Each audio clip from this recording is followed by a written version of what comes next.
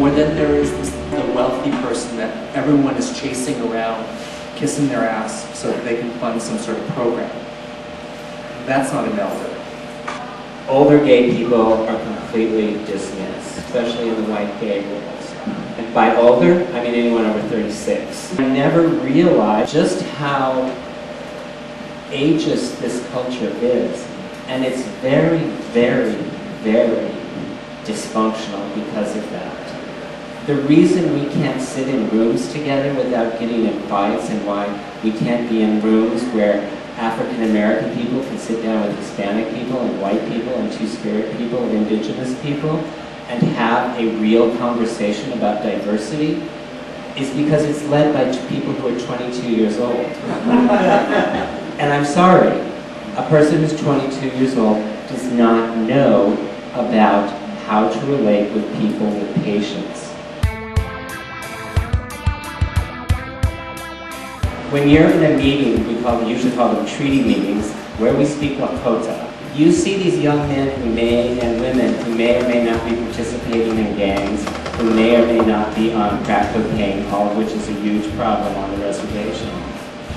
They nonetheless are attentive to the elders when they're there. They will make sure that their grandma or their grandpa has a seat. Many things that you have grown up with, that you have knowledge of, and those things I think are very important to pass on, you know, to the younger generation, not only of non-Indian people, but also of Native American people.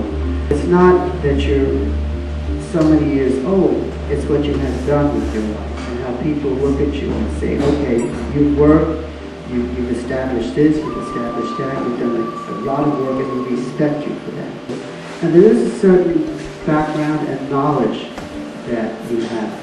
You may not be aware of it. You know, you've lived so many years, and there's so many things that have happened, particularly here in New York City. I don't see myself as an elder either.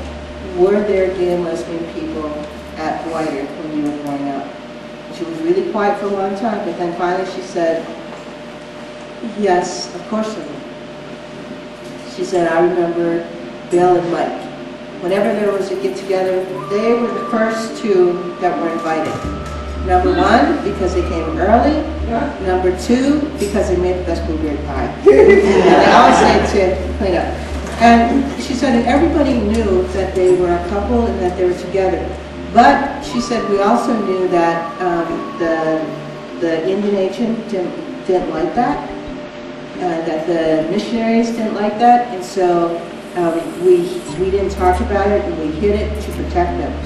One of the things that you're hearing tonight also is part of this elder is that it's not a self-originating. When I go to Kent and say, I come to you for advice, and I know that the advice that I'm going to get from Kent, beyond a shadow of a doubt, will always be in the best interest of not only the Northeast Two-Spirit Society, but the Native American community, and also the larger universal community.